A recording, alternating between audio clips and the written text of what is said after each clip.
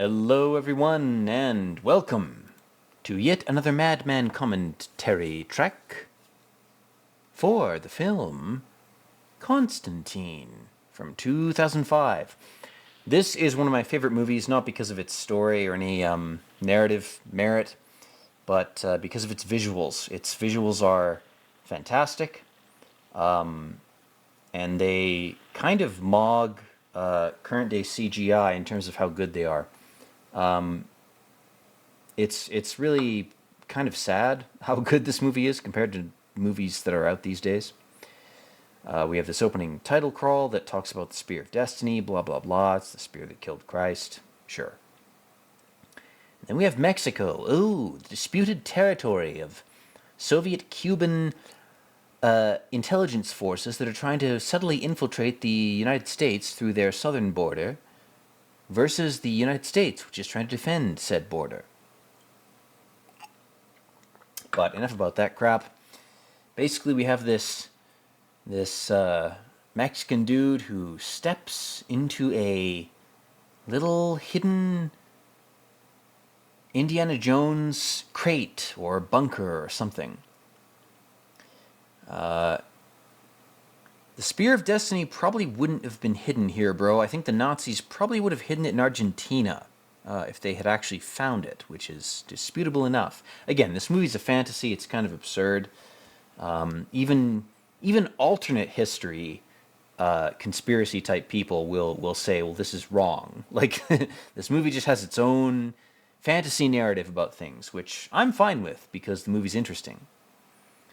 But it definitely does take a lot of creative license when it comes to these ancient symbols and themes, etc., etc.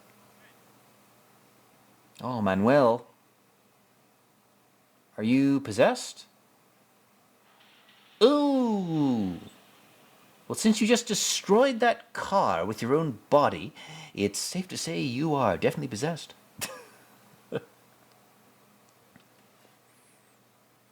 Again, this movie is a ride. It's a theme park ride, and you should interpret it as such. It has a lot of themes and a lot of symbols that it invokes to try to justify or legitimize its potency. And the only reason it's effective is because of the imagery, the cinematography of this. There are certain shots in this that are fucking fantastic. This is a lot like that movie I just did a commentary on called What Dreams May Come. This movie occupies a position in the back of my head, in the recesses of my brain, in the empty space on the hard drive of my brain, that I allow it to occupy because it's interesting visually. And it provides certain visual lessons on how to construct scenes, how to build tension. It has certain data inherent to it that's worth preserving, despite how stupid its premise, writing, and characters are. So we have this kind of vaguely South American / Chinese woman. I don't know if it's like a Chinese and South American hybrid. I don't know. I'm not a phrenologist. I'm not a master of race. I'm just a random idiot. But I do know that this movie is based on a series of graphic novels about a exorcist named John Constantine, which is, of course, a reference to the Emperor Constantine, who imposed the fusion of pagan and Jewish religious mythology and symbols on a population that was part of a decaying society. Rome was decaying, falling apart, and the sort of last-ditch effort of the machine, the D&D Masters of Reality, was, well, we've got to come up with some sort of ragtag, slapdash fusion of Northern European / pagan beliefs and Jewish desert beliefs. And they came up with something called Christianity. And this movie, of course, is trafficking in those same symbolic traditions, the sort of wanton and necessity-based poaching or fishing of symbols out of history to serve a present-day purpose. Again, I'm not I'm not knocking the movie for doing that, but that's what it's doing. If you want to criticize the movie, if you think it's weak, a lot of the weaknesses that you would probably criticize it based upon stem from that historical DNA. And she doesn't like the Nordic knife, spoon, and fork symbol. They didn't use utensils back in Hell's early days, so utensils are very scary to them. They only used pitchforks, but not even to eat. So of course we have Keanu Reeves here in the main character role, and we have this sort of, I don't even know what she is. She's like a Asian slash, I don't know, maybe Indonesian. Maybe she's I don't know. Her ethnicity's hard to place. But he burns her forehead with this nice silver symbol there. Silver being a metal that purges the body of parasites, among having other benefits. But Constantine, he's pure. He doesn't have any parasites. And unfortunately, silver, or physical means, is not enough to exorcise this particular demon. It's a little more complex than that. And he says, I demand a mirror. Very Jungian, very cool, this graphic novel, and the film it's based upon had the balls to actually exercise, no pun intended, this scene with the mirror. And then, of course, we have Chaz, or fucking Sam Witwicky, or how I like to remember him, Luscious Lou, from the tween series I watched as I was when I was a kid, with Shia LaBeouf in it. It was some kind of tween comedy thing. Probably the poor guy got raped by a bunch of Hollywood demons to get that role. So respect to him for not going insane or losing his soul from that. Or if he did lose his soul, props to him for pretending not to have lost it. John Constantine really shouldn't be exorcising a demon from this chick. He should be exorcising a demon from poor Shia LaBeouf in the taxi down there.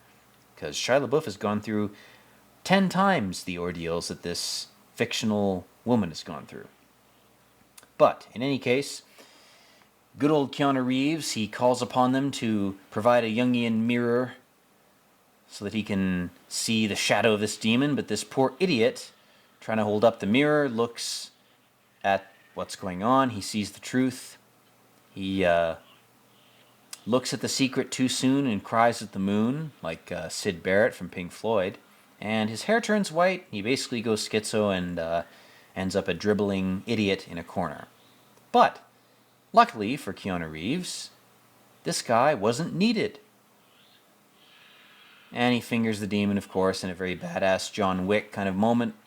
This is pre-John Wick, of course, but I feel like a guy who taunts demons in a universe where demons are actually real like this, it's a little bit more badass than John Wick. And you have to admit. Then he drops the mirror on poor Shia LaBeouf's taxi cab that he's trying to keep from being probably robbed and stolen by street people.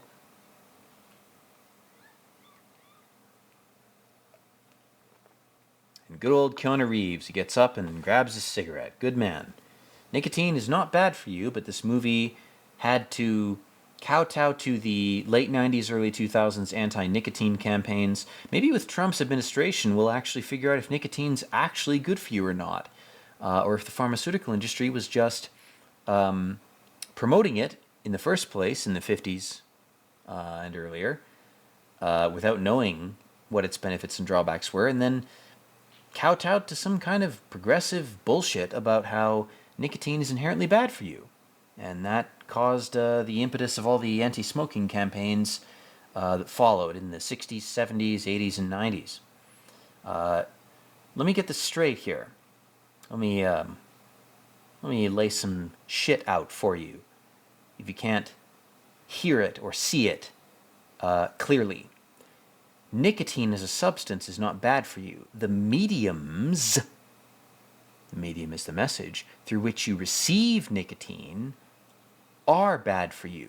Carcinogens, fiberglass, tar, all those things are bad for you. Nicotine kills fungus and parasites. If you think that killing fungus and parasites in your own body is a bad thing, you're an evil demon and you deserve to be killed and go to hell. I hope Keanu Reeves is the guy who escorts you there. Speaking of Keanu Reeves, he's talking to his drunken friend here, this monk, the drunken monk, who keeps the schizo voices out of his head by drinking. And he's had this pendant that's prevented him from becoming a total alcoholic. And Keanu Reeves goes, well, listen, man, we're entering into some serious shit right now. And there are demons trying to break into reality through mirrors, through Jungian psychology or Jungian philosophy, perhaps. And I'm going to need your drunken wisdom. And unfortunately, this will put you in danger. So I'm going to have to deprive you of your defense mechanism, your little necklace. And the guy goes, well, all right, I'll give you the ether. The ether that Tesla talked about. He's like, all right, exorcist, all right, priest.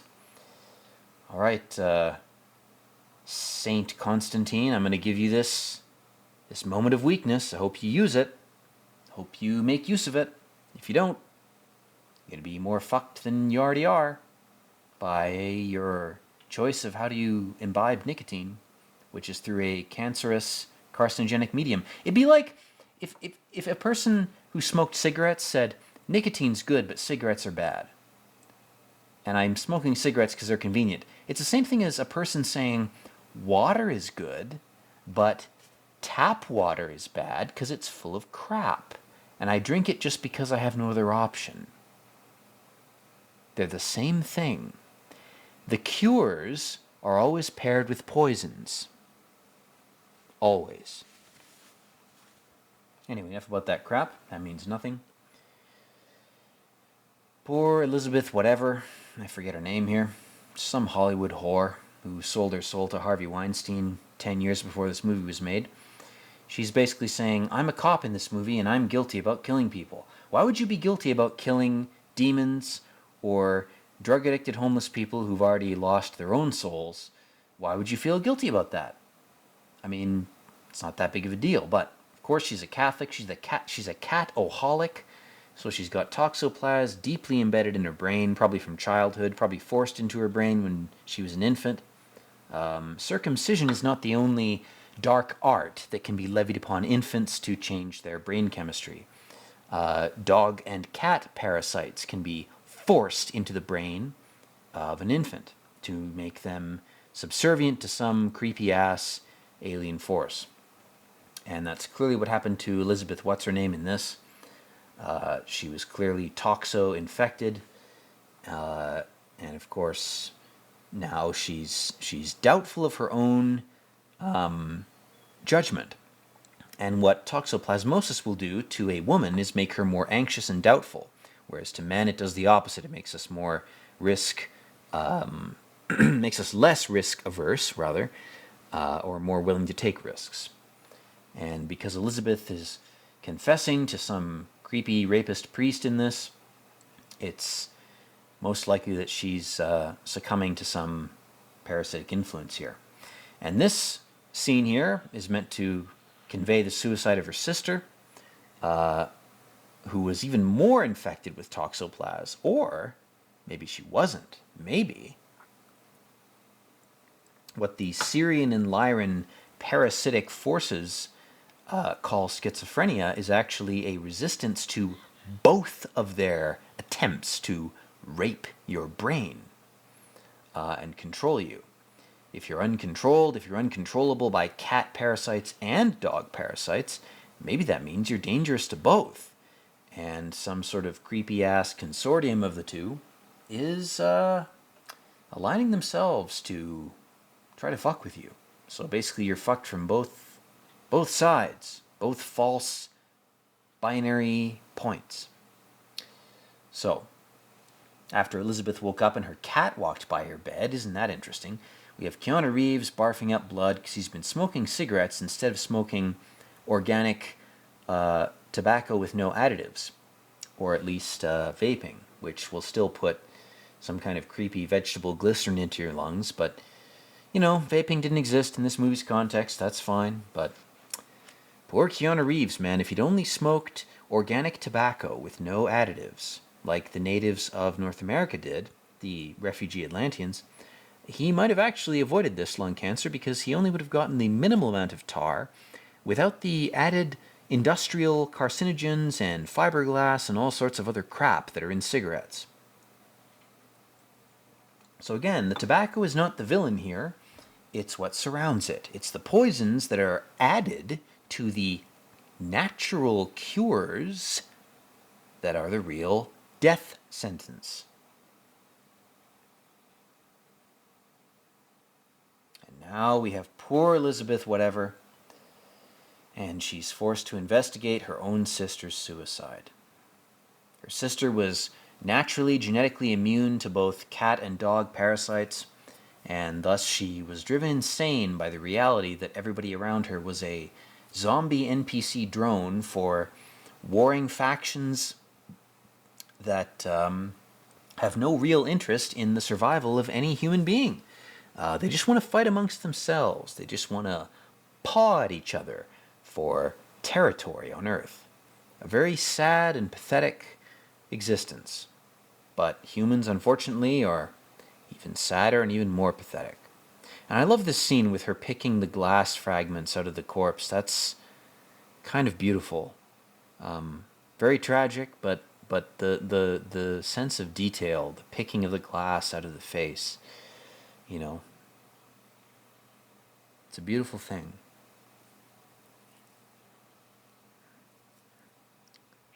She goes, my sister wouldn't have killed herself because she was a Catholic.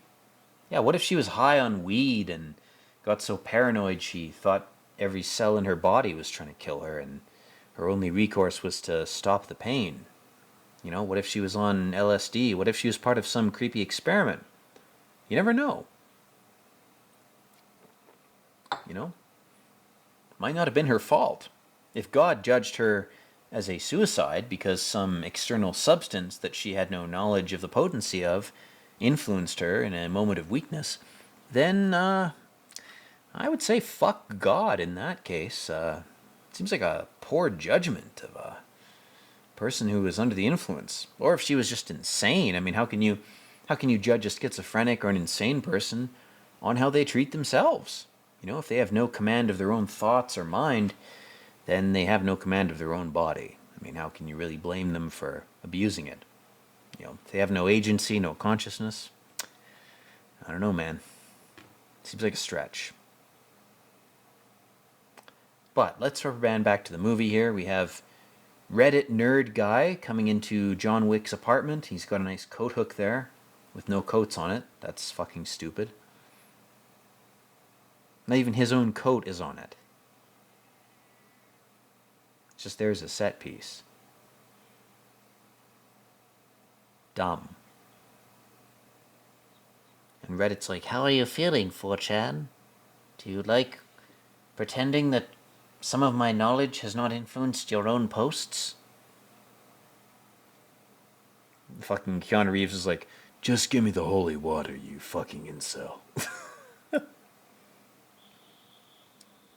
Oh, the cigar box of the Screeching Beetle says Cleopatra. Isn't that interesting? I wonder what that could mean. He's like, what is it with you Redditors and insects? Hey man, some bugs are good. Bees are good. Without bees, you wouldn't be standing here delivering these lines, you moron. Oh, just kill all bugs on Earth. Great idea. Sounds a lot like the idea Mao had of killing all birds, because they ate grain. Just kill them all. Just genocide them all. I'm sure that the ecosystem around us won't suffer for that. Try it out. Go ahead and try it again. If you haven't learned from the first round, go ahead, do it again. You'll learn again. We're anus puppets to them, John. The moderators of Reddit just want more karma. They're worse than 4chan moderators because they're paid, and there's a currency in the website that makes them want to enforce their dark and evil will. See, this guy's a real bro because he gives him cough syrup. It's like giving an alcoholic whiskey. Like, good man, man. You're not my slave, Shia LaBeouf. You sucked my dick for this role, and you sucked Harvey Weinstein's too, but so did I. So we're kind of on an even playing field. Just eat your licorice and pretend it's my cock. John, the biblical name John. John's biblical name. It means something. John means something. I called you John. Doesn't that mean something? John means something. Readers, viewers. John. So pathetic, man. A string of phonemes can hypnotize millions of people. It's fucking pathetic. It's boring and it's sad. And I'm getting sick of it, guys. I'm getting too sick of it. I'm getting sick enough of it to reset the whole fucking game. Fuck small scale shit. I'll reset the whole game all at once. Everybody. All life. Why aspire to anything less? Why be a petty cuck? I'll just press the off switch. It's actually easier than doing something more specific. That's the true secret. Anyway, enough of that crap. One of the best portrayals of an angel in any media I've ever seen is Tilda Swinton playing Gabriel. She is beautifully androgynous in this because Gabriel, as all angels should be, in this adaptation is very creepy. She transcends gender not because she's some tranny or blah, blah, blah, blah, femboy, tom girl, whatever. It's that she's literally beyond gender because she's a creepy-ass energy being. She's a machine elf type thing. And her choice to appear as she does in this movie is her choice. And it's like she's playing with everybody who sees her. Especially Keanu Reeves. She's playing with John Constantine, saying, what if I show up as a woman, or a man, or both? And John Constantine's like, I'd rather you showed up as a fucking cigarette so I could smoke you.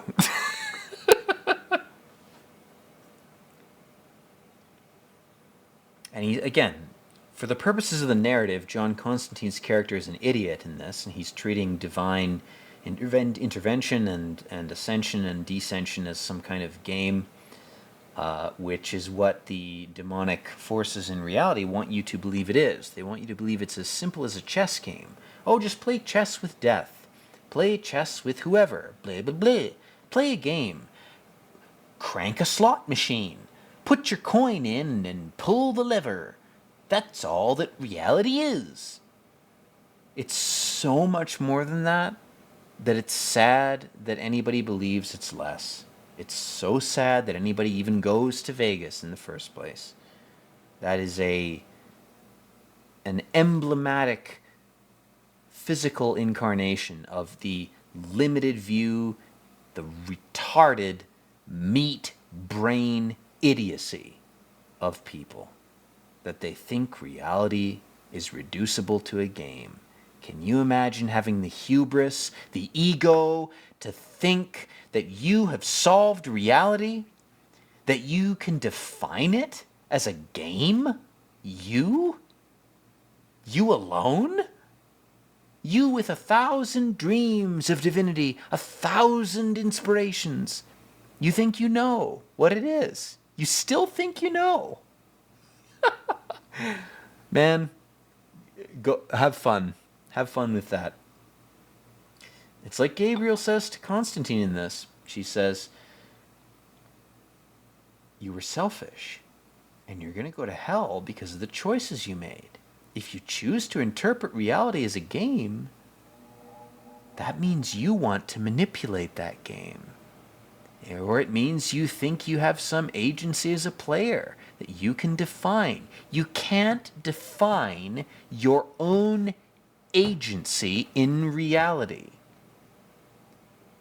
10,000 quantum AIs could not provide you with enough information to accurately predict what you should or shouldn't do in your life beforehand. That's not the way this works. But people will always think it does. They'll always argue it does. They'll make cases within cases, plans within plans, over and over again. I've seen this shit a million fucking times. I've seen it. I hope you don't believe me. Go ahead. Don't believe me. Fuck you. Now here's this guy. This is me in this universe. He's waving his hands over newspaper articles like they're braille. And he's able to drunkenly absorb the spirits. You see, they call alcohol spirits for a reason. Because you're actually tapping into some shit. There's some genies that have been not freed from their bottles, but they've been transferred into other containers, chemical and physical, usually made of glass, like booze bottles. And there are people who are weak to their influence, and there are also people who subsist upon taking that influence and reinterpreting it for the masses. There are some of us actually need alcohol, and if we don't get it, we're basically useless to the forces of good. God, this movie's so dated, man. Going back to the film. The fucking Apple media player. My God. That 2005ifies this more than anything else.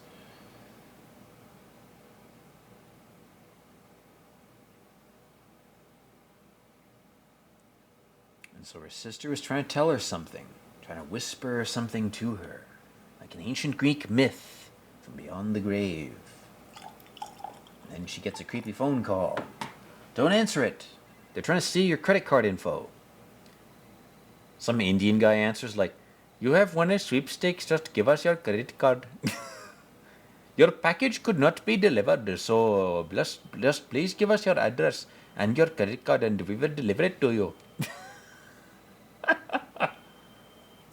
Oh God, guys, all the phones are ringing at once. So scary.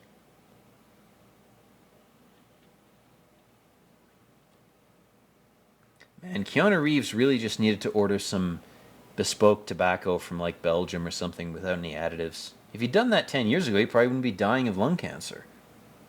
All the additives, the chemicals, all the bullshit, it wouldn't be in your lungs.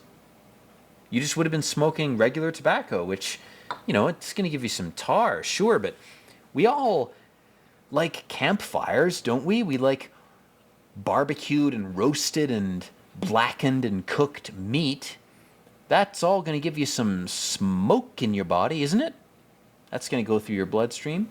It's almost like the damage of tobacco has been overvalued because the industries in the States that want to kill their own people have added some additives to those substances to try to demonize them, quite literally, chemically demonize them. Oh, reach for Cleopatra. Oh, when you can't reach for Cleopatra, beat the guy to death with a road sign. It's so fucking good, man. He's like, I can't reach for Cleopatra. I'm just gonna play Dark Souls and beat this guy to death with a fucking plastic road sign. Should have picked up one of your own cigarettes and blown the smoke in his face. The glass shards would have killed every insect.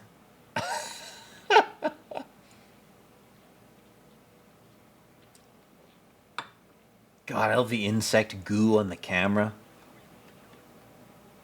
Shia LaBeouf's like, I know you're going to Harvey Weinstein's, John. He said if you sucked his dick again, he'd give you another movie deal, John. I know he said he'd give you the John Wick franchise, John. I know your name's John in this movie, and it would be John in the John Wick franchise, but you don't have to drink his cum another 4 times, John. John, he's gonna get captured. He's gonna get put in jail. You don't have to do it again, John. I'm begging you, don't do it. And he's like, sure, kid. You're still a femboy, or you can pass for one. So Weinstein is still targeting you with his demonic laser eyes of sexual abuse. Oh, and he goes 2 Pepes in a Discord thread. Good man. Nope, you haven't posted the right Pepes, my friend. You may have sucked Harvey Weinstein's dick once, but poor Keanu Reeves, he's done it more times than you can count. You can't get into the secret Illuminati Eyes Wide Shut club. You haven't sucked enough dicks. You haven't sold your soul yet. And I love this scene, man. The fucking Pussifer song. It's Judith by the Tool offshoot band, which sucks ass and has two good songs, one of which is this song. That's the soundtrack you're hearing. And in my opinion, they should have been playing Rob Zombie in this, or they should have been playing another Tool song, but they probably couldn't afford the licensing for Tool, or Danny Carey was so filled with rage that he couldn't consent or sign the contract to give up his song. But maybe that's good. Maybe, anger can prevent you from signing away your artistic productions, the product of your blood, sweat, and tears, your soul. Maybe it's good it was a Pussifer song. One of the best characters in the film, if not the best character, is Midnight. One of the best black characters in any movie. Mogs every fucking voodoo sorcerer or witch or sorceress. He's just so cool.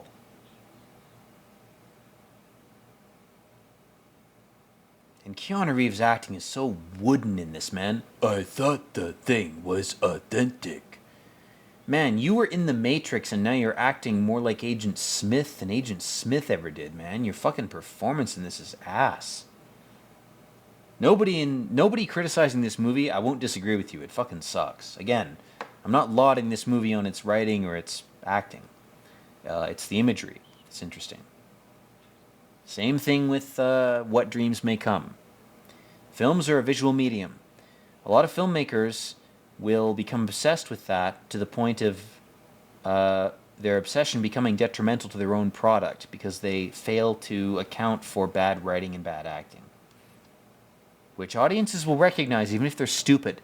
Even a stupid audience will instinctually hate something if it's insulting enough to their intelligence. Anyway.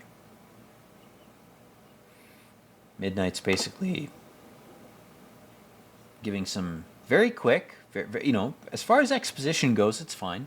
He's like, angels stay in heaven, demons stay in hell. We only whisper to each other. The Archons and the bad Archons, because they're all Archons, are trying to fuck with us. And he goes, I'm a creature who was born to be a middleman, a double agent. And unfortunately, these creatures have to exist. The binary is bullshit for the most part, but certain aspects of it that probably won't be revealed to you anytime soon are fundamental. And what that means is that because of that, there has to be a fundamental middleman. And Balthazar, such a great villain. Flipping his coin over his fingers. It's like a little magician man. I love the villain of Balthazar in this. He's such a great villain. Word is you're on your way down. Finger licking good. He's like American Psycho, but allowed to express its true colors. And he's meeting with Midnight. Midnight is actually dealing with this guy. He's allowing him to sit across from him. He can stand his demonic stench because he's a function of the balance.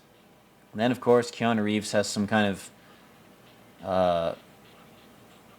rot lung attack, cancerous vomit, barf, whatever. And I love the bowling alley, the blue neon said bow, not bowl. Interesting that the blue color of the neon spelled out bow, like you should bow to the blue. Whatever that means. I don't know. And this scene always made me laugh because he blows smoke under the spider and says, "Welcome to my life, I smoke a lot." He should have just farted into the glass. That would have been funnier. Then said, "Welcome to my life." The spider just curls up and dies. Mr. Constantine, I'm your female interest for this movie. And he's like, "I'm going to be a dick to you for the purposes of the plot, because the writing is terrible in this. It's a very poor adaptation of the graphic novel."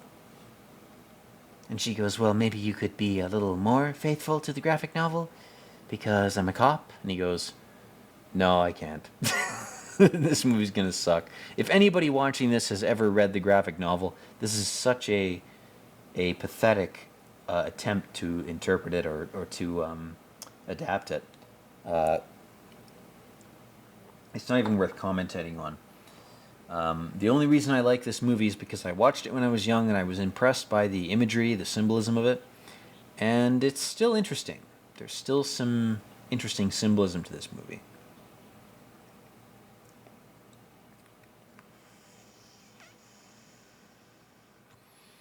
I love his response here. He's such an asshole. What kind of mental patient kills herself? That's just crazy. Yeah, and you're totally sane killing yourself with shitty nicotine when you could be getting organic tobacco. You're choosing to smoke cheap cigarettes when you probably have the money to afford better tobacco. You're literally choosing to like drink like it's the equivalent of like drinking sewage when you have filtered water for like 25 cents at your disposal. I mean, it's insane. You think you're sane.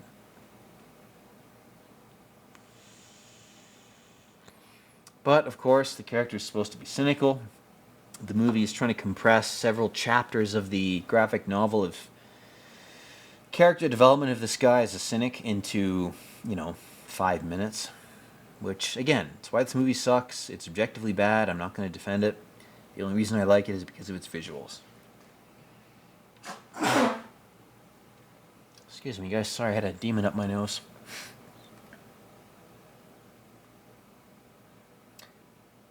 But again, Keanu Reeves, being very brutal, is telling Elizabeth the Third or the Second or whoever the fuck she is, your sister's in hell. Sorry. Ooh, he's drinking Ardbeg too. God damn, that's a good scotch. I mean, it tastes like gasoline, straight up, but it is a good scotch. I will admit that. Not my cup of tea, but objectively, it's a well-crafted flavor. It certainly has a certain odor to it, certain spirit to its spirit. Then just runs up on her and starts lore dumping. He starts dumping exposition. Again, this movie is not defensible when it comes to writing. It's terrible. But as a corny but visually interesting spectacle, it's incredible for its time. There's not any other movie that came out during this time that I can think of that's as symbolically resonant, symbolically interesting as this movie. With that having been said, guys, I'm going to have to bow out here. I'm kind of burnt out, so I'm going to end this commentary here, and I'm going to rekindle it at a later time. So thank you again for listening and watching, and we'll be back soon. We are at 38, 51, 53, 54, 55, 56, 57, 58, 59. Peace out. Hello again, everyone, and welcome back to the Constantine Commadtary. Ooh, yes.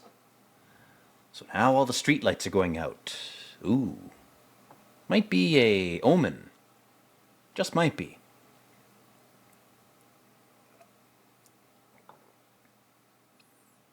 And John Wick's like, "Nah, bitch, it's not a power outage. It's a faith outage. The states haven't been faithful to their crypto-Luciferian god masquerading as Christ. So now the demons are descending." And she's like, "What would have wings and be demonic?" What do you think, bitch? God, the writing in this is so... It's fucking pathetic, man. He's like, "A gun isn't going to help." Yeah, dude, but you've used one and will use one in the rest of the film. I guess she doesn't have the holy bullets. That's the debuff-inducing ammo she doesn't have. So then he lights some sulfur on fire. Burns those motherfuckers. Ooh!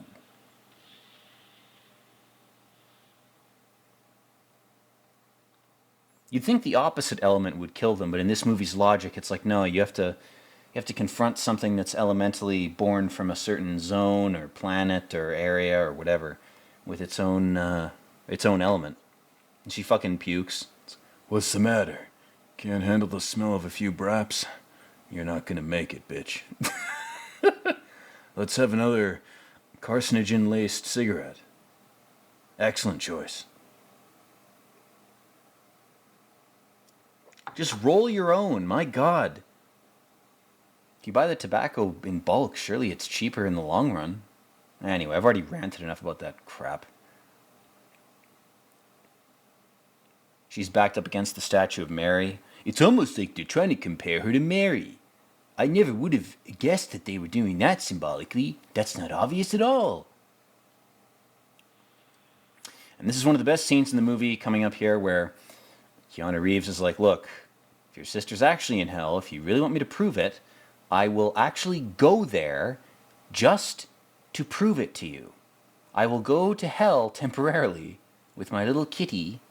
It's like, I'll eat some cat shit and get some toxoparasites just so I can understand hell. Don't worry, they don't have a lasting effect on me. My DNA kills them very quickly. And he's like, take this crock pot and put it under my chair. This movie's so nuts, man. The premises and the set pieces in this are so crazy. It's wild that this even got made. That's why I love it so much. And cats aren't evil, guys. They're fine. Cats are fine. Give them their shots. Deworm them, etc. They're not in any way dangerous for you to have as a pet. If you're not a degenerate idiot, cats are fine. My cat is fine too. Same with a dog. But you gotta be vigilant. And she's like, I'm a little child sitting cross-legged in front of your lesson, teacher. And he goes, yeah, don't do that to me, man.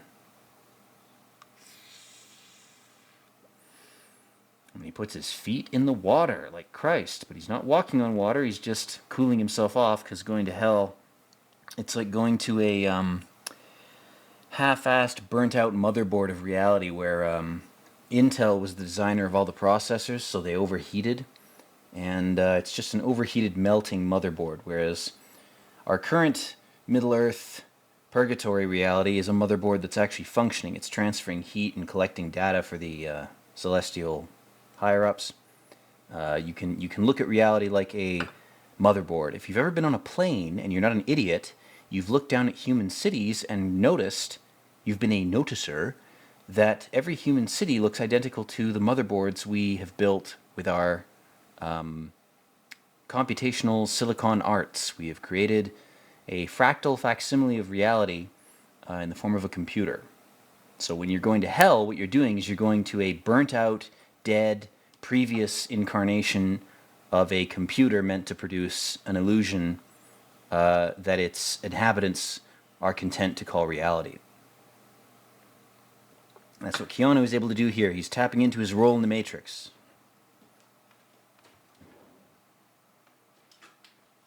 And here he is in hell, my god. The Intel 13th gen processors. Woo! This is basically what they produced for the silicon energy beings trying to inhabit those systems. They produced hell, which is why Intel recalled them, or, well, they should have recalled them. They tried to cover it up. You can look this up. It's the Intel 13th and 14th gen processors recently had this really nasty error where they would burn themselves out, which essentially means they're opening gateways to hell without any sort of mediation. So the artists or the artisans or the engineers of those silicon mazes for demons were they dropped the ball. They were incompetent, and they produced this. If you're an electron traveling through a processor, this is what you'd see. Not ideal. There's your other fellow electrons being burned alive by Intel's incompetence.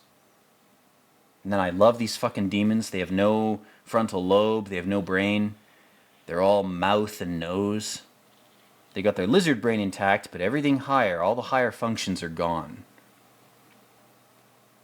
And it's like everything's burning, but nothing gets burnt. It's such a great portrayal of hell. It's based heavily on the I think he was a Polish artist. He was an artist in any case, Eastern European, named Zdzisław Beksinski.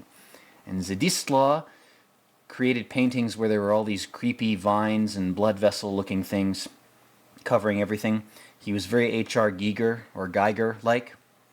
Interesting that Geiger is like Geiger counter. That's kind of funny. In any case, he was an artist that trafficked in the same type of aesthetic. And his designs are being poached by this movie rather effectively, I have to say. I mean, the cars with the creepy flesh fungus growing over them, it's great. It's cool. And unfortunately, Beksinski was stabbed to death by his own son, or shot by him. His son was a drug addict and killed him. Which is a shame, because he might have painted a few more paintings. It's like Jimi Hendrix, it's like all these artists. Oh, if only they'd been alive for a little longer. You know, they might have done more, but maybe they were out of shit. The point with this whole scene, or bending back to the movie, is that Keanu Reeves was able to LARP as Orpheus and go into hell and retrieve this artifact of her insane asylum bracelet.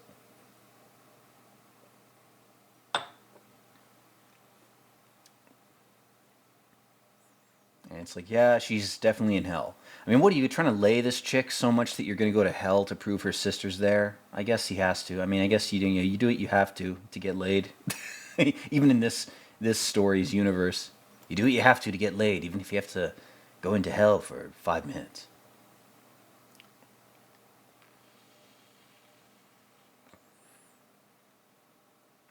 I love it. This drunken monk, he's got a kind of stealth power up to his loadout, where he can kind of sneak into places, even though he's a fat, obvious fuck. He can get to where he needs to go to learn what he needs to know. But he's about to necromantically gain some knowledge he's really not ready for. And he finds Isabel, Elizabeth's sister. And he's like, I'm going to read the dead.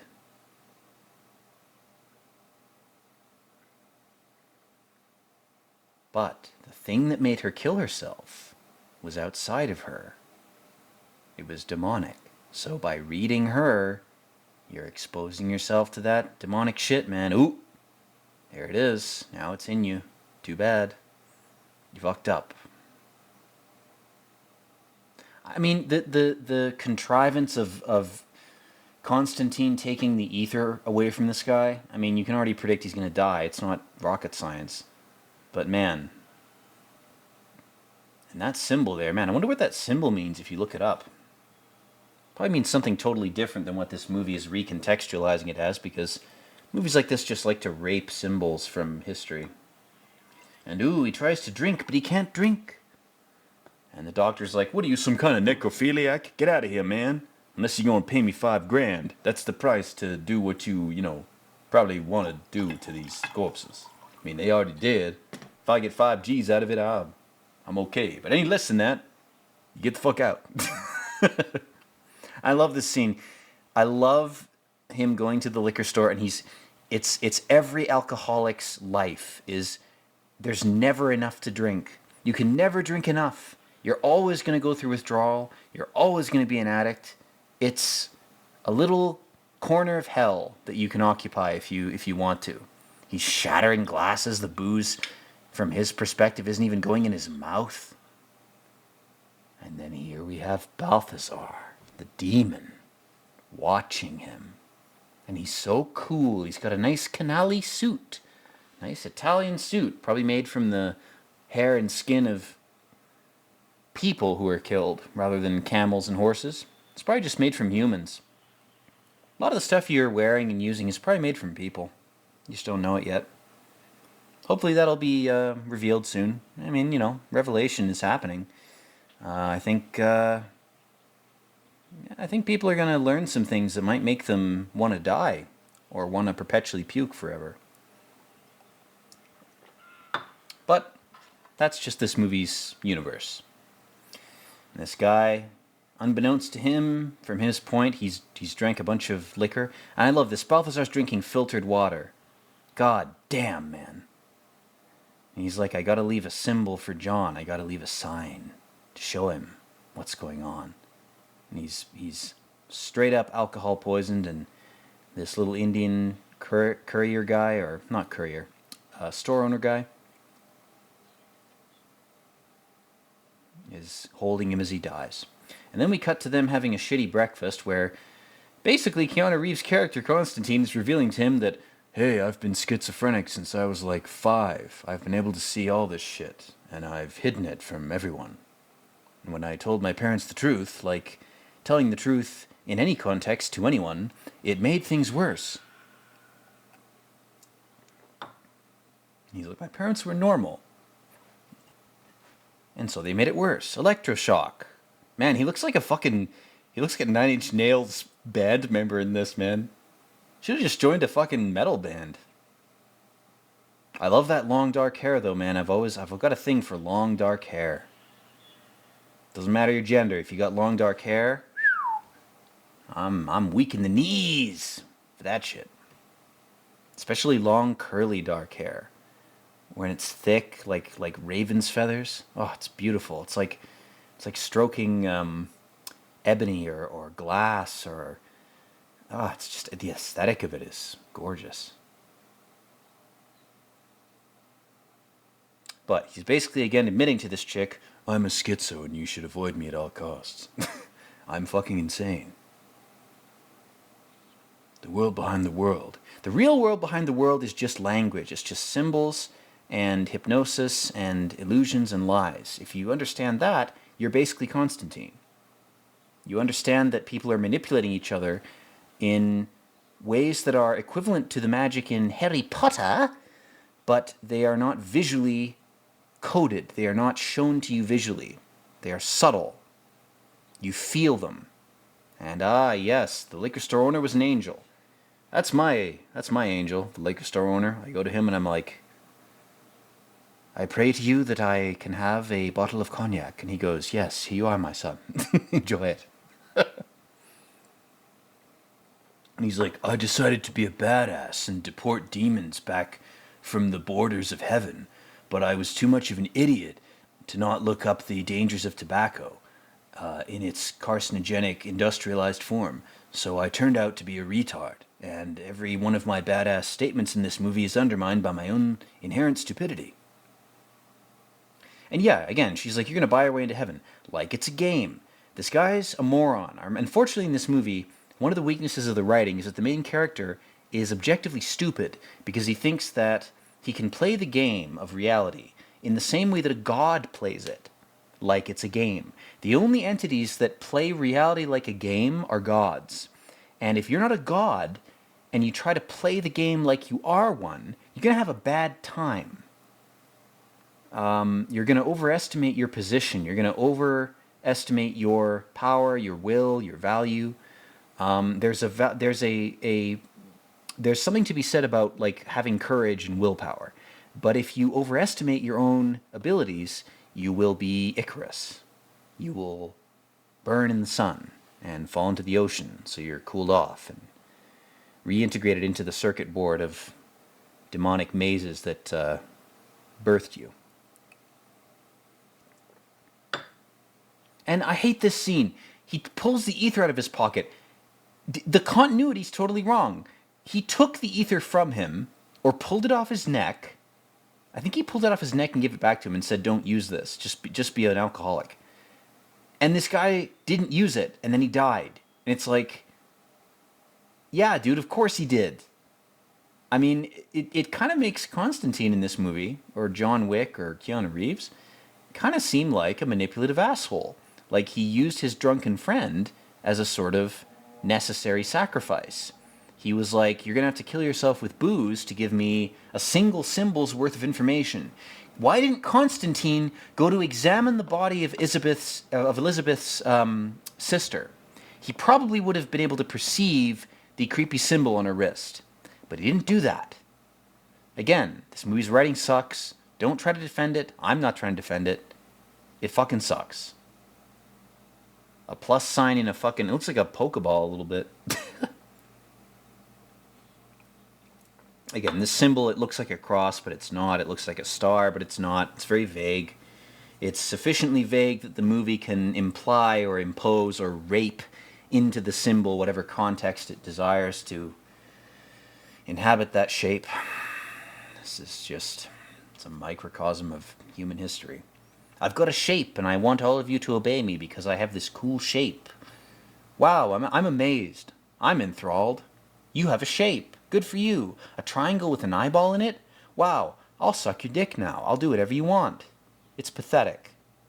Anybody who can fall for that shit shouldn't exist. Straight up. They're being tortured for no reason because they have no redemption. There's no way that they can claw their way out of whatever life they're in. If you can't even recognize that symbols are magician's trick, demonic hypnosis bullshit, you shouldn't be here. This is not a way station for you if you are not actually capable of ascension or of self-knowledge or self-actualization in any way. Why are you here? If you're here to languish and rot in your own lack of self-knowledge, there should be another place that you can do that in, a little playpen.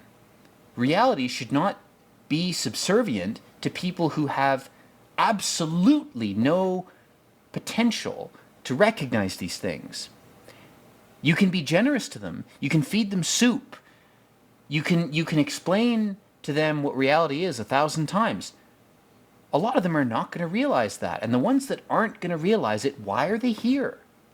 There's no test of generosity that makes their presence valuable. It's just a waste of everybody's time.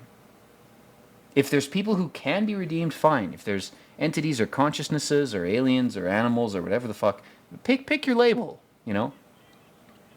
If they can be redeemed, fine. If they can't, why are they here? You know, are they supposed to serve as exemplars for the ones who want redemption? Those people, the people who can or want to be redeemed, their exemplars should be themselves. It should be their own flaws. It's almost like if you're distracted by external shit, it just drags you down. It doesn't serve as an exemplar for ascension or self-betterment. Or again, pick your term, pick your metaphor.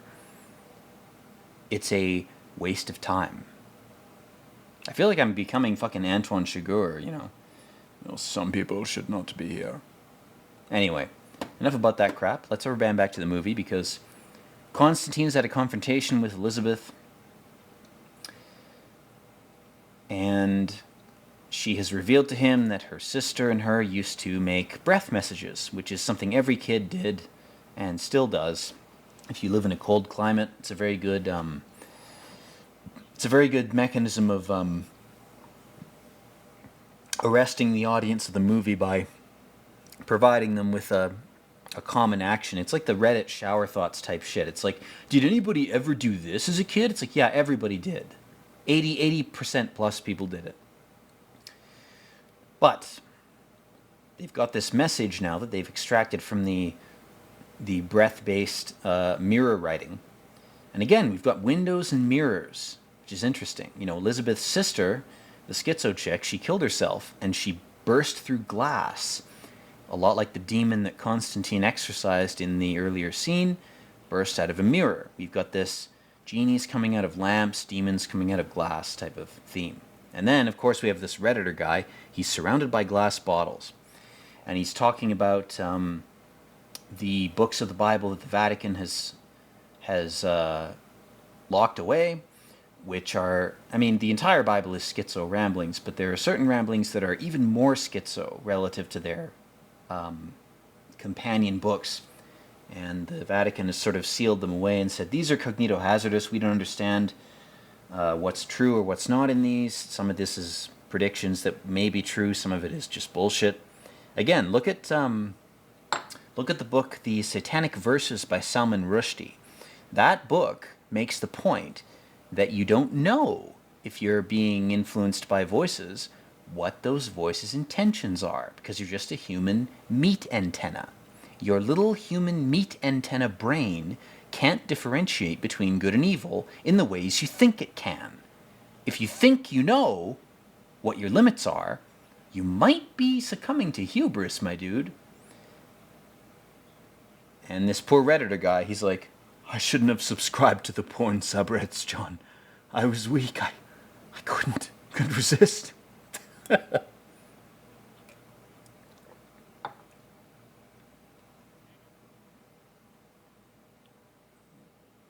he's in the bowling alley too. Again, the bowling alley is sort of like a gambling thing. There's a certain sense of gambling to it. And uh-oh, you got flies coming out your eyes, boy. You've been eating carrion or hanging around corpses, well, you're gonna get flies in your brain. It's like fucking RFK. You've been eating raw meat too much, you're gonna get some worms in there. That's one of the best psyops ever, guys. Seeing how that plays out, that's going to be entertaining to the demons and elves. To me, it's just sad and pathetic, but the U.S. population being encouraged to avoid vaccines and eat raw meat to get as much parasites in their body and to be as diseased with polio and measles as possible to kill them. That's one of the best crypto-eugenic moves to depopulate a country so that it can be recolonized by Chinese and Indian people. That's amazing. The craziest and funniest thing is that the supposed right-wing badasses who are advocating for it, they don't even know what they're advocating for. Or if they do know it, they don't care because they think that they'll be saved. You're a useful idiot if you're advocating for anti-vax, pro-raw food consumption. That's a recipe for bacterial and viral and parasitic infection. And if the ultimate goal is, we want to reduce the number of thralls in the vampire society, or we want to make them more subservient by making them even sicker. I mean, it's just it's like your whole society is Ebola. All of the U.S. in 2024, 2025 right now is like an Ebola virus. There's a quote that says, evil destroys even itself. Ebola is a great example from biology, from reality. The virus infects its hosts, makes them bleed, and then it kills them so fast that it starves to death. It destroys itself because it doesn't have a commensalistic or mutualistic idea of its own symbiosis with its hosts. It is only parasitic. If you're a parasite, which most life forms are in one way or another, there are three ways, a holy trinity of ways you can behave. You can be parasitic, commensalistic, or mutualistic. If you're parasitic, you will eventually kill your host. Or if you're smart, you'll keep them alive. That's one method. Second method is you're commensalistic. Your host doesn't even notice you're there. They don't even know you're feeding on them. Very good method, very Machiavellian. The third method is mutualism, which means that as a parasite, you give your host something to extend their own life. And by doing so, big surprise, you extend the life of whatever you're feeding on, and thus you produce your own food source by maintaining it. It's almost like mutualism is the only viable path forward for any organism, any culture, any race, any state, anyone, any individual. Mutualism is life. Commensalism, slow death. Parasitism, quick death. And the States has not figured this out, despite how blindingly obvious it is, despite how many different symbolic, metaphoric, and subtle, magical, cultural ways it's been screamed at them for 200 years, they have not figured it out. So it will be raped into them. It will be raped into their brains by the events of the next 5 to 10 years. And you're going to see some crazy shit. That's fine. Mutualism is the only way to exist that is viable. I mean, pick your metaphor. Pick your situation. It's always true. In saying this, I will always be right. Not to jack off my own ego, but I'll always be right. And I've tried to say it before, many times. People don't listen, which is why I'm only speaking to 5 of you, because it's pointless to speak to the broader population. They're not educated enough, or they don't care. If they are educated, they don't give a shit. Or they have some political justification for ignoring what I'm saying. Doesn't matter. Call me a cynic. Fuck you. You're a cynic for calling me a cynic. Anyway, enough about this philosophical stuff. Let's rubber band back to the imagery we're seeing in the movie. We have Keanu Reeves trying to do some drowning breath play with Elizabeth here. I'm sure he's furiously jacking his cock as she drowns. He's got a nice dom-sub relationship he's trying to establish here. He's being very stoic, which is what women like. They like men who can pretend to be psychopathic, but then express emotion randomly later on when the woman wants you to. Or if you're not psychopathic, if you can be stoic and pretend not to be emotional, and then express your emotions when they seem to want you to, they will love it. They will make them wet.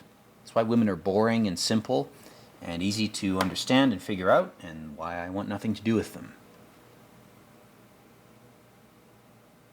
Man, and pay attention to his tattoos here in this scene. These tattoos are important. Tattoos on his wrists. Isn't that interesting? And he's like, if you really want to go to hell, you're going to have to almost die. That's the point of this scene. There's a lot of dialogue I know I talked over, and I was going off on tangents. It's because the dialogue I was talking over isn't relevant. Just look at the imagery. This whole movie is min-maxing itself based on its imagery, which I think does actually serve to strengthen it. It knows what its weaknesses are, which is the writing. Most prominently the writing. The narrative itself is, again, it's a derivative of the manga. And again, I love this. She expects that she's going to go to hell before she's drowning. And he's like, no, you have to actually die. This reminds me of a very interesting short story I once read, which you should all check out and read. There's a Kenneth Oppel short story called The Live Forever Machine. In that story, in order to become immortal, you have to drown after drinking a series of alchemical, occult herbs and chemicals and all sorts of shit. You drink this concoction, and you intentionally drown yourself. And the intent, the suicidal intent, is what makes you immortal. Very dark, very creepy implication with that short story. Again, it's called The Live Forever Machine. It's better than this movie. That short story is better than this film. Straight up. Go look up Kenneth Oppel's The Live Forever Machine. It's better than this movie. Oh God, all those people in the Elizabethan and Clinton blood caves. All those Haitian children. They're not in hell, they're in reality. They're just under your feet. Dumb bitch. Some cleansing waters need to flood those subterranean zones. Put out all the fires and wash away all the blood. It'll happen. It might not happen for 100 years, but it'll happen. It always does. And again, the performances of the actors in this are very good.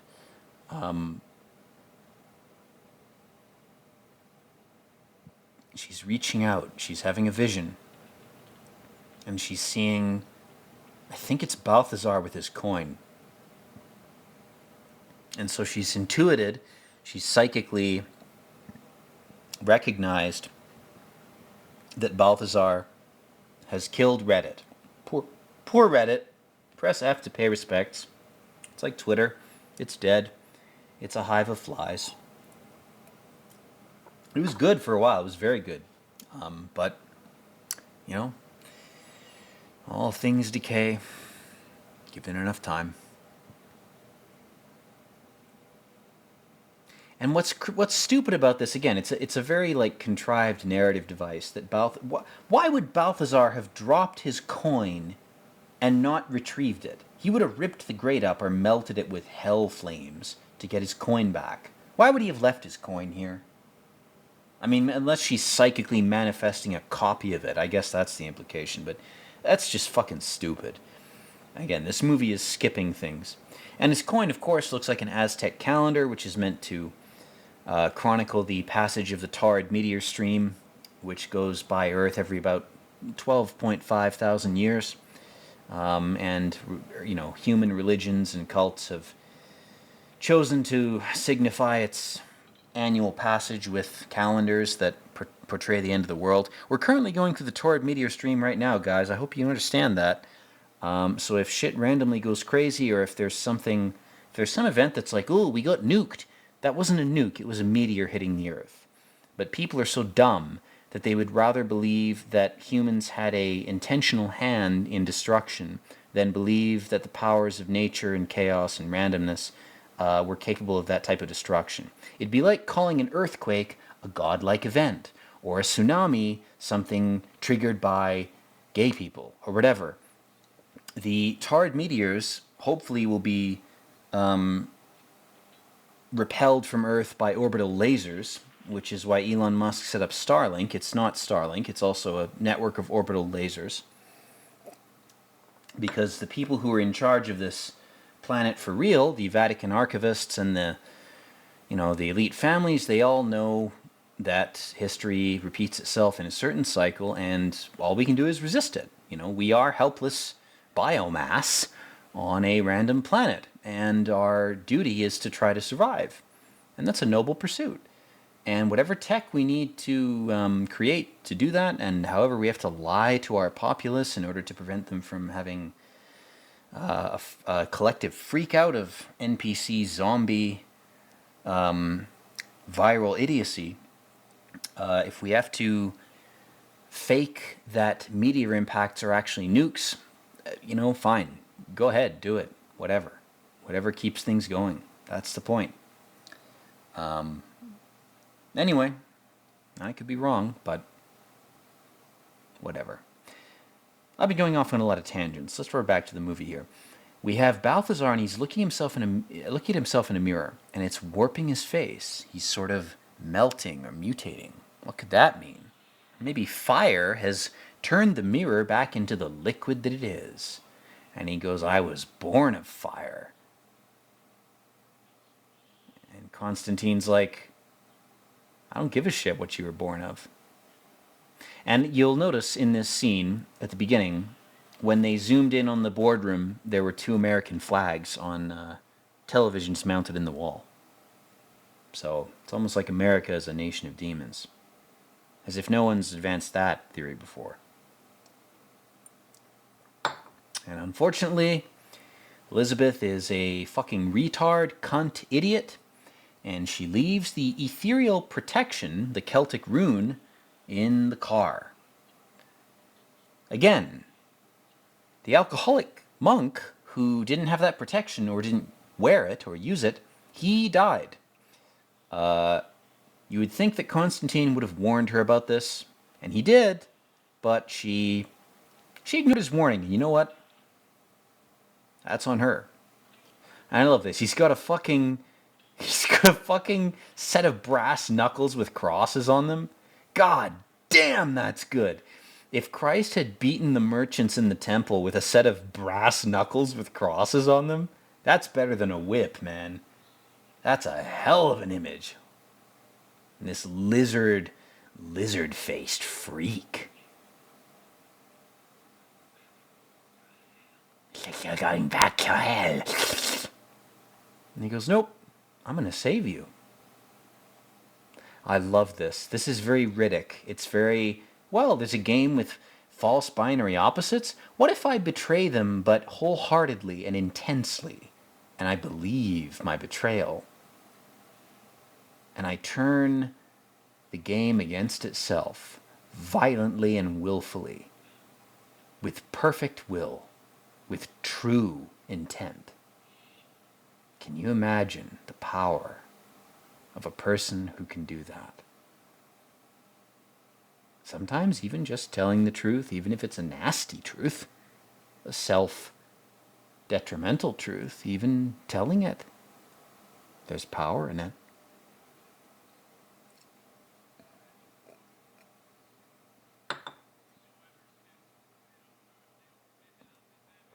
He's reading the Bible. And this lizard demon is disgusted. He's like, stop reciting poetry to me. I can't stand it.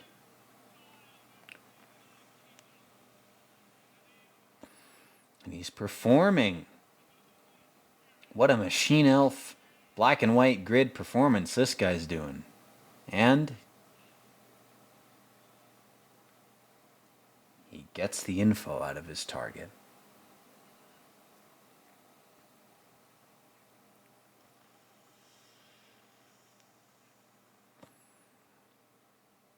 I love it. He goes, by the way, I just tricked you, you idiot.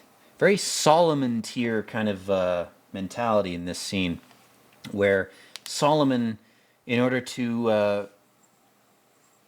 get the demons to obey him, he tricked them, which is what you have to do. They want a certain mana or a certain price, namely your soul, and you have to give them something that they mistake for your soul.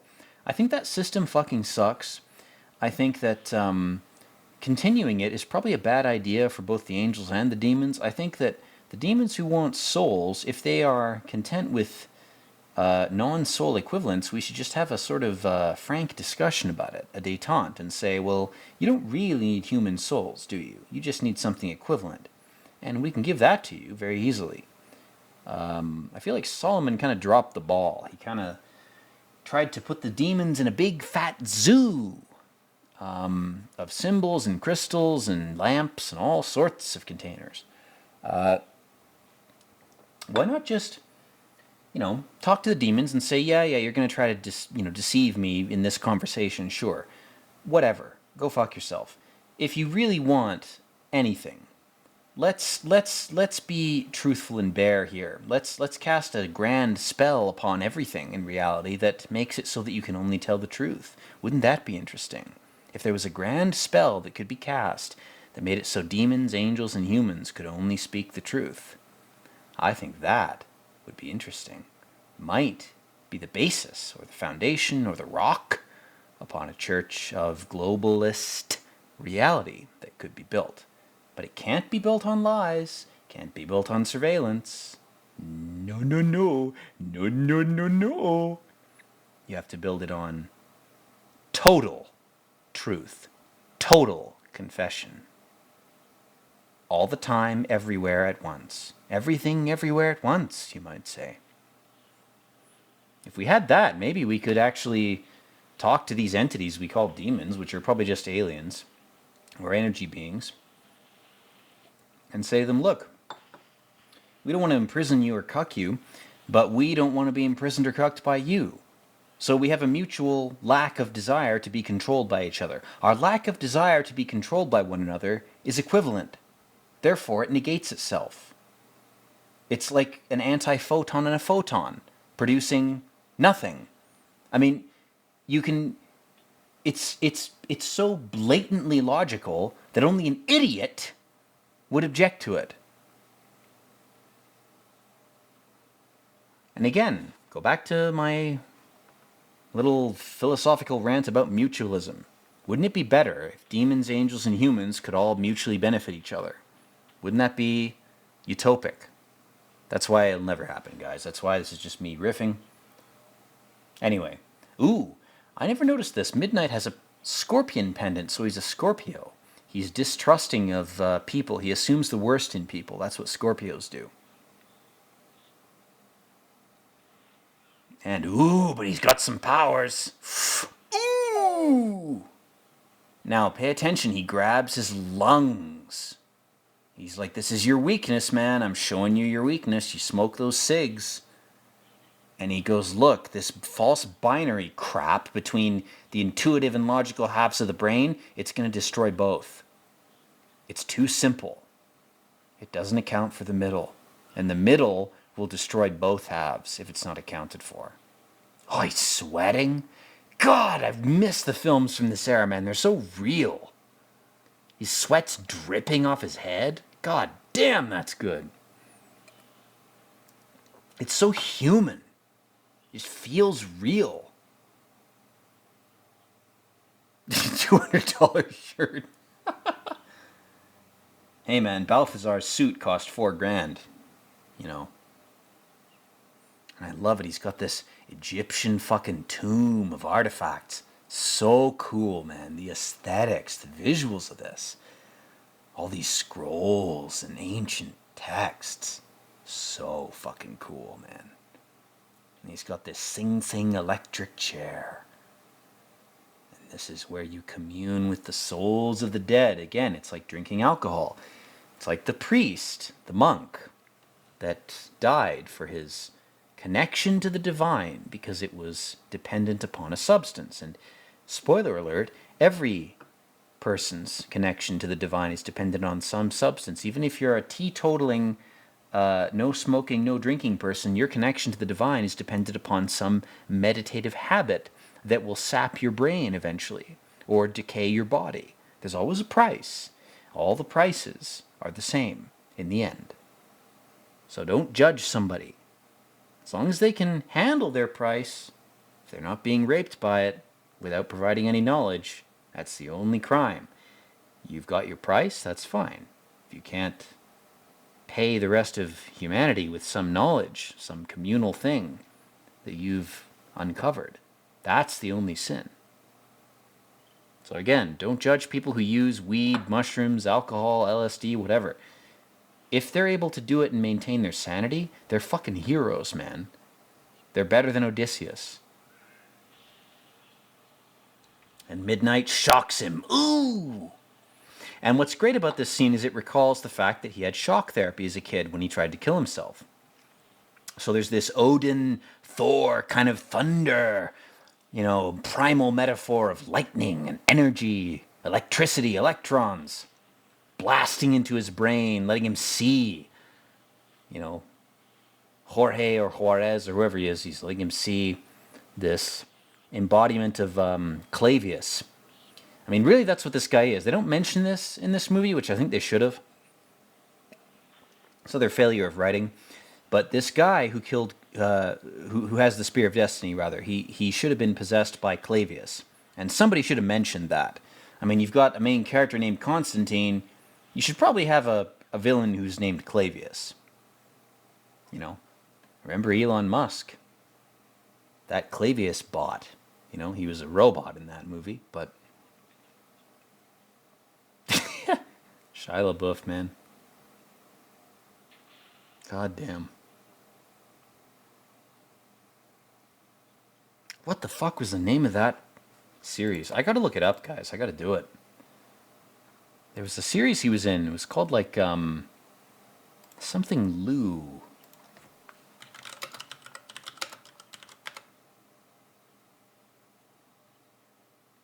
Even Stevens. God damn, that's what it was. Which is a funny name for a show because, you think of the two hemispheres of the brain. You think of good and evil, up and down, black and white, back and forth, blah, blah, blah. And Shia LaBeouf in this movie was sort of fresh out of that. He was fresh out of Even Stevens. And Even Stevens was funny. When I was a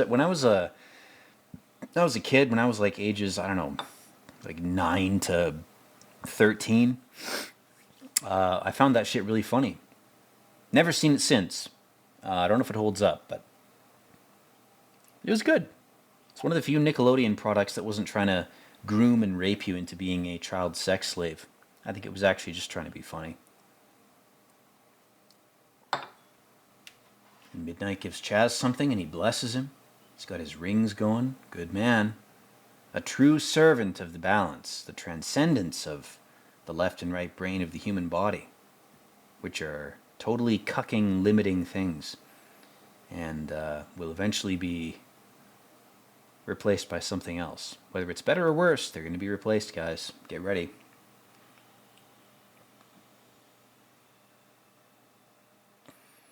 The The great replacement is not a replacement of race or people. It's a replacement of mentalities, of aesthetics. That's the great lie that's been shoved into your brain is, oh, we're going to replace physical things. We're going to replace buildings and people. It's only physical. We're going to take one building and make another. And we're going to take one person and make it to be a different race. The replacement is the replacement of the mentality, the ideas, the aesthetic behind the culture. That's the replacement. You got to recognize that quickly. God, I love his fucking custom bullets and the shotgun. Shit is straight up doom. And of course, Shia LaBeouf is playing the same characters he did in Even Stevens, which is a neurotic teenager.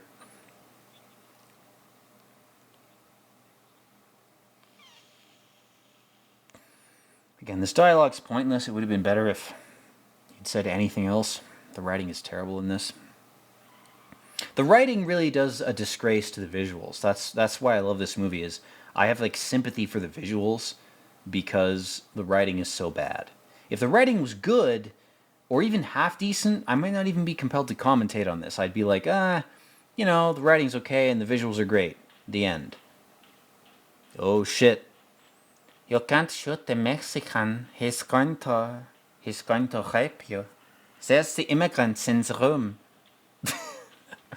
They're actually all Russian agents who have been born and placed in the South American realm by us, the Nazi overlords of Earth. We are the true globalists, and every political and social event is actually a crypto-eugenic means of killing incompetent humans. It's been the case since before even 1945. I mean, if you don't know this, what are you even doing here still? You should go to another timeline. You don't understand. You can't see it. People forget, too, that the Nazis were not right-wing. They were socialist. Isn't that interesting? All these Nordic, northern, icy Scandinavian countries like Denmark, Sweden, Canada, Norway, they're all very anti-billionaire and they're all very socialist. And the Nazis called themselves National Socialists. Isn't that interesting? If you haven't figured that out by now, God help you.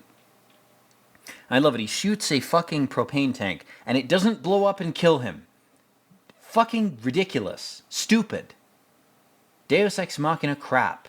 And then he's also able to break like a solid metal cross, whether it's silver or whatever, with his own hand strength against a rusted metal lid of a tank. The lid would bend and the cross wouldn't break. I mean, it's just... I don't know, man.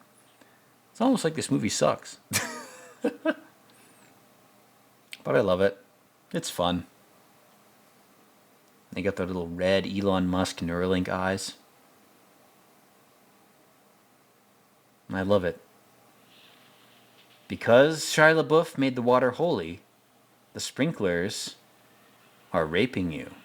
Because it's not unfiltered sewage water, it's real water, the parasite-dependent NPC drone zombie freaks are instantly killed by it. It washes them away. Wash away their sins with water and holy bullets. Wash away the Ebola.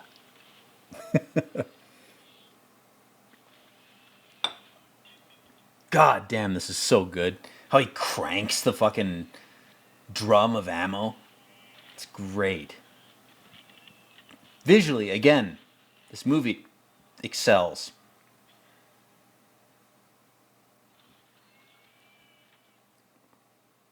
And who saves him? It's Even Stevens for having a good sitcom that I watched as a kid. Thank you, man. It was fun. It's fun to watch.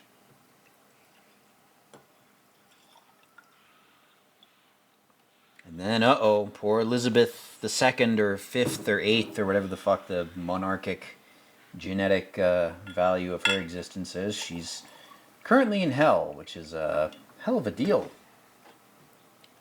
And who's this? Namon.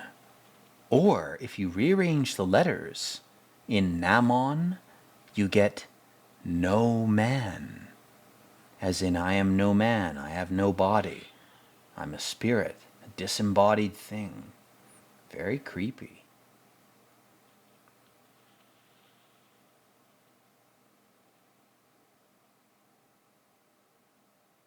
And there's Juarez, or whatever the fuck his name was.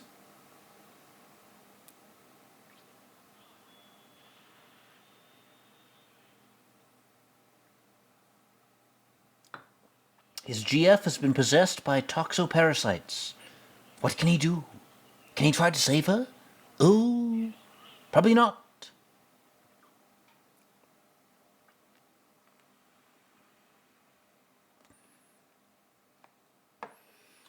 She's possessed by anxiety.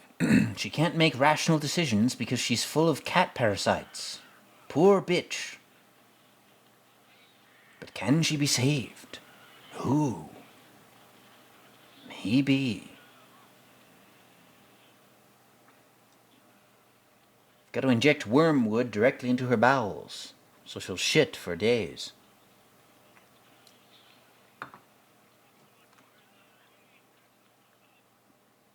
He's like, I can use Latin spells. It's like, it'd be better if you just knocked her out and give her an enema. That would probably be a better method of cleansing her. If she's not genetically resistant to this shit, I mean, you gotta periodically cleanse at that point. And seems like she's saved. Her buck teeth are staring at you with childlike wonder. I mean, I got buck teeth. I shouldn't insult people for that. I always felt like Bugs Bunny, you know, rabbit teeth. I always felt like a... Oh, nope, she's still being raped. She's soy-facing. Ooh. The toxoparasites, they're replicating in her guts. Ooh! Quick!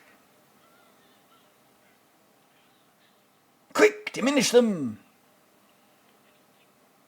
Should have brought some wormwood with you. You'd think this guy would have drugs. I would have loved this scene if he was like, drink this, and he gave her like some cocktail of like absinthe, wormwood, and black walnut to try to get rid of this, and it didn't work. That would have been way cooler if he'd been like a fucking alchemist or a fucking scientist about it. And hey, Chaz, to his credit, even Stevens, he's trying to even Stevens the scales of right-left intuitive logic brain. He's trying. You know, he's using what he has. Two men subduing the same woman, they're spit roasting her psychically. Hopefully they can diminish that demon. Ooh. Man, his fingers are fucking purple. Great detail in that. Again, the sweat in their faces, the water. It's great. It's visually so good. So many movies don't bother with this, or they gloss over it with fucking CGI. It's too obvious.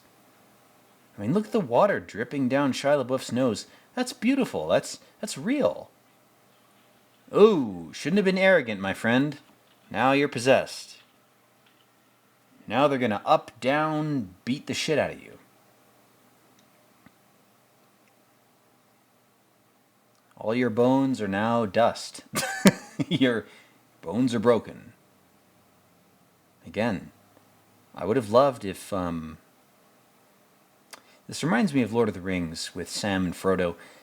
I feel like Sam should have died in that narrative, but Tolkien was too much of a pussy to kill him. He wanted everything to end in a happy-go-lucky, idyllic, UK pastoral kind of way.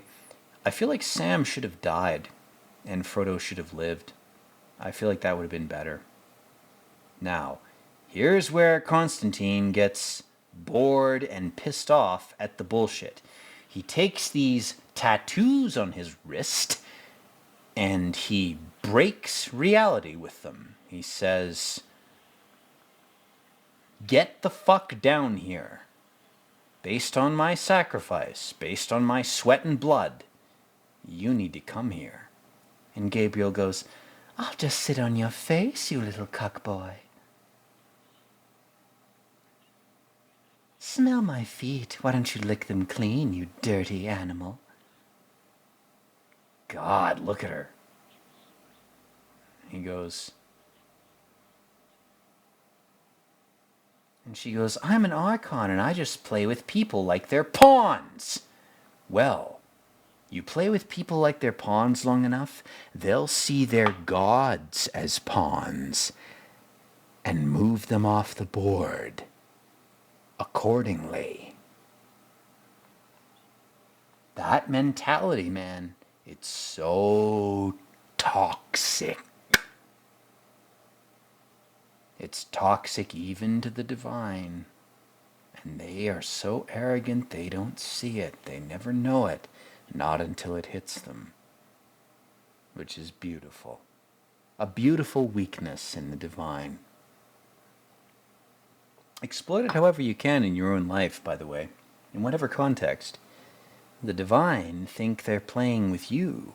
But if you try to play with them, you might struggle a bit. But they'll be so amazed and so surprised by your balls to play with them the way they've played with you, it'll catch them off guard. Sun Tzu, Art of War. And Gabriel's basically like, I'm going to BDSM torture humanity into ascension, which is not a viable means of getting anybody to improve in any sense. You catch more flies with honey than with vinegar. And that's something that these ancient archons don't understand. They think they can just beat humanity into submission. And the avoidance of punishment is enough of a motivator to induce some kind of self-improving mentality, which is not true. You have to have some sense of potential reward. At least potential, if not guaranteed. Ideally guaranteed, but at least potential. Because if you don't have that, people will become despondent, dejected, depressed, and cynical and nihilistic. All those adjectives at once. That's what people will be and will become if you don't give them a clear, obvious reward path. People are just animals. If you don't treat them that way, if you try to treat them like gods, or if you try to treat reality like a game, when it's more than a game, you're going to have a bad time. You're going to have suboptimal expressions or executions of ops or fucking histories, whole strings of history, whole narratives. You're gonna waste a lot of time and a lot of energy because you didn't understand the beings you were dealing with. You didn't bother to give a shit enough to understand the beings that you were in control of. And that's why I love this movie. It challenges the divine in a way that is informed by that same divinity's lack of perspective, lack of identification with the human. Also, her bracelet there said awakening on it. Gabriel's little insanity bracelet, as she was tapping into Elizabeth's little gut demon, said awakening. Isn't that interesting? Maybe the woke are just waking up parasites in the gut. Maybe some of those are good. Not saying they're bad.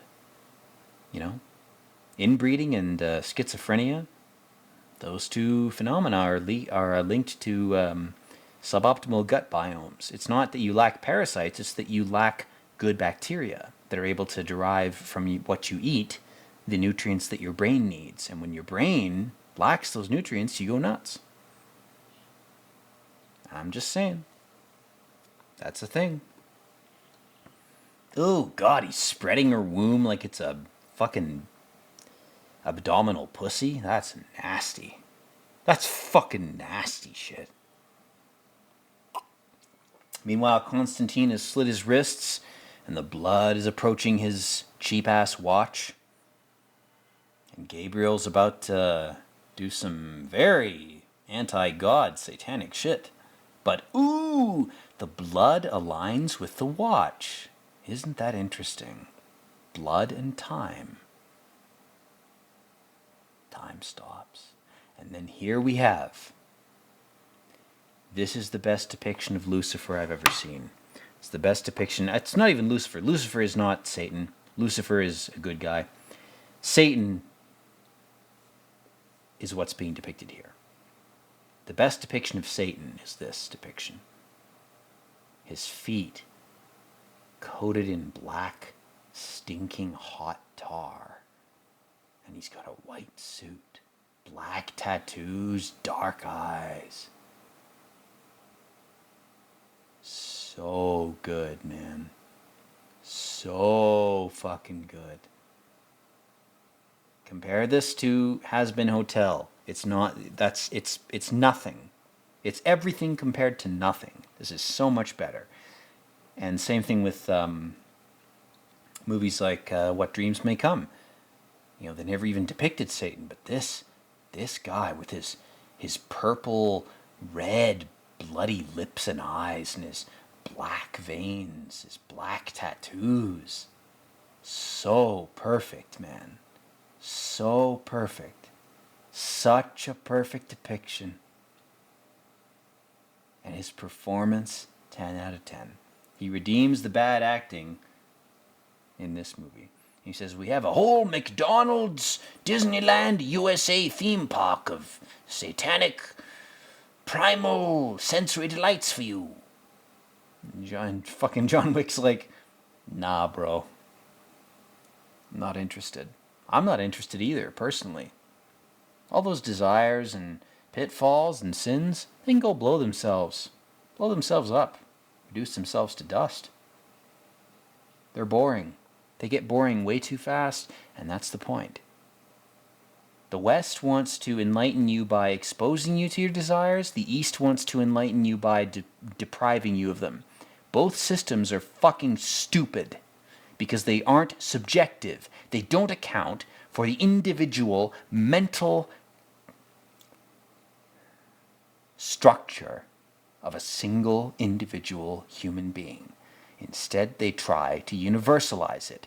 They try to make it into some standard of socio-political behavior or aesthetics that will always fail. The most abused minority is the individual. I gotta agree with Ayn Rand about this. So the U.S. carnival and the Eastern starvation tent or starvation monastery where you eat gruel as a Buddhist and die of diarrhea, it's almost like both are fucking extremist, retarded means of trying to achieve a balance. And they didn't need to exist so openly and so blatantly to provide anybody with half a brain of a means of achieving the middle, the correct path. The only correct path is the middle. The narrow path. Why is it narrow? Because there's a left and right bloated, false, corpulent nightmare on either side that's compressing it into a single line. Have you not figured this out?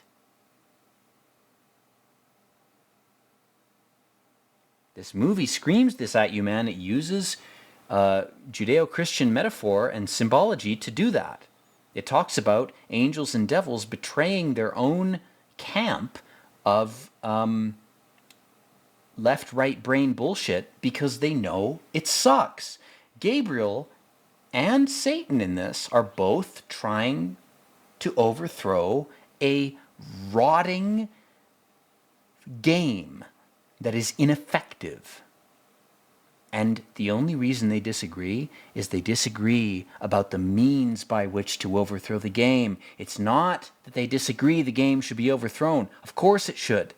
They're disagreeing about the means. And the grand dungeon master, the demiurge, or hopefully Sophia,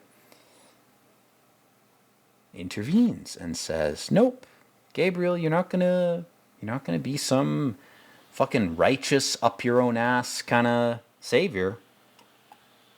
You're not going to take the place of God to judge humanity by making them all burn in some solar flare nightmare. That's not going to happen because you were too hubristic. You were an idiot. You were too committed to a singular vision. And Satan goes, well, I didn't control my son. That's what's brilliant about this. Satan in this didn't charge his son to do anything. He let his son act on his own accord, and his son failed. But he recognizes that. He says, boys will be boys. Very throwaway line, but it's not a throwaway line. Because Satan is a free will, Statue of Liberty, light-bringer, Lucifer type guy. And he gave his son as much free rein as he could. And when his son failed, he punished him. He said, well, you failed. Come back to hell. Just like God punished Gabriel, as if Gabriel was just a child of God in this. Equivalent to Naaman, equivalent to Satan's son. Again, this movie functions on Judeo-Christian binary type shit. Let's go back to the movie for a second here. Keanu Reeves is offered, hey, I will go to hell if you will let Elizabeth's schizo sister go to heaven because she was unduly damned for quote-unquote suicide, which wasn't actually a suicide. It was a heavily demonically influenced fake suicide. Basically, she was driven to do what she did, and her lack of personal or subjective will in that act means that she shouldn't have been damned. And ooh, seems like Satan can't drag John back to hell. I wonder why. Got that cravat in his suit. I love it. The little napkin tucked into his pocket. That's so fucking good, man. And then, ooh, blinded by the light. His eyes are so red. His lips, his teeth. The sacrifice. Such a good scene, man. The epic New York buildings. This is a universe where the Twin Towers never fell. And he goes, nope, this guy smoked too many cheap cigarettes. I've got something on him. And John Wick stupidly fingers him like he did the demon. You probably shouldn't finger a demon if you defeat them. And I love it. He grabs him. The orange-red light. But he bites his ear. Very sexual, creepy shit. He straight up bites his ear? God damn, erogenous zone. Then he rapes him in his lungs, rips out the tar, and he's like, you're gonna prove to me that you can suck Harvey Weinstein's cock even better than you already did. God, I love him holding the tar. The dripping black tar feet and the hands. Excellent choice. Thematically, visually, it's great. Again, the writing sucks, but look at the visuals. Ignore the writing. The writing fucking sucks. You can ignore it. Don't think about it. It should be criticized, but the movie's already been made, right? So you can't really criticize it unless you want to remake it yourself. So good luck if you have the resources and the will to do that. Anyway, Elizabeth, good old Queen Elizabeth, wakes up. And, of course, Constantine, Keanu Reeves, John Wick he's like, I was raped, but there's no evidence of it. They must have covered it up with medicine and made me forget that I was raped as a child. I was given a clear liquid from a bottle from a pharmacy, and then I don't remember what happened after that. I guess my parents were part of some cult, but whatever. They'll be dead soon anyway. Time heals all wounds. He's basically like, "Are you a demon?" She goes, "Nope, I'm good." I love it. No problem. And instead of kissing her, he picks up the spear. Good man. He resists temptation. God damn. I love the ending to this. And he's holding the spear. He is taking on the role of Clavius. And like Clavius, he could have killed Christ in the sense, in this narrative, he could have killed Gabriel. And she tempts him with revenge. She says, "Why don't you kill me? Like Christ. I'll even give you your gun. Why don't you kill me?"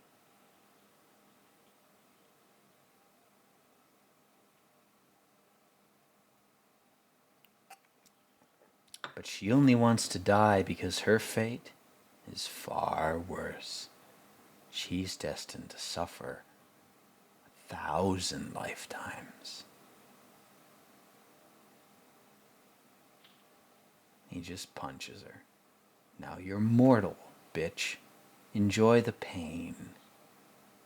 Enjoy it."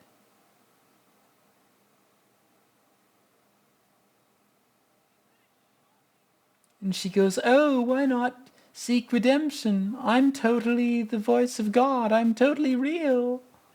I'm trying to manipulate you like a vampire to get a thrall. I've used symbols and stories and narratives and images to try to make you do what I want you to do." Blah, blah, blah, blah. It's pathetically obvious, man. Hope you've all broken out of this prism, this genie lamp, this bottle. And I hope you're all trying to construct your own limitations for your life, because you do need constraints, you do need limitations, you do need habits. But it's better to construct those habits according to your own instincts and your own values. When they're externally imposed, it really only just leads you closer to hell and leads your society closer to some version of hell. When there's some authority that is trying to impose its own values on you. He gives her the spear. And he goes, again, like Gandalf in Lord of the Rings. Interesting parallel here. He goes, "Keep it secret, keep it safe," basically. He goes, "This is the spear that killed Christ, and I'm giving it to a woman, like giving Eve the opportunity to eat the apple again, but he trusts her not to do it." The beautiful symbolism about this scene is that this movie's trafficking in Judeo-Christian history and symbolism. This is like Adam saying to Eve, "I'm giving you the chance to make the same mistake again, and I'm hoping you won't." My God, what a philosophical move. What a turn of language. What a ballsy thing for Adam to give Eve the next apple of the next era or millennium or whatever and say, "Please don't use this." He's not LARPing as God.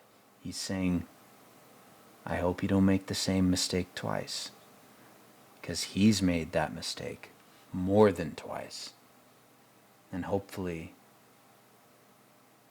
he's shown her not to do the same. And then he's got some fucking nicotine gum he's gonna eat. Hell yeah, man. I mean, the nicotine gum's probably got its own poisonous shit in it. I still would advocate for pipe tobacco, but, you know, to each their own. Anyways, guys, the movie's over. And I'm grateful that you've paid attention this far. I'm grateful that you've listened to what I've had to say. I hope it's had some value to you, whether for data collection or some insidious type of shit that I have no knowledge of, whatever. Here I am, and here's what I can do. That's all I can do and all I can say. So, again, thank you for your work, your commitment to your task, and I hope you do well in your life, whoever you are. And as always, guys, Peace out.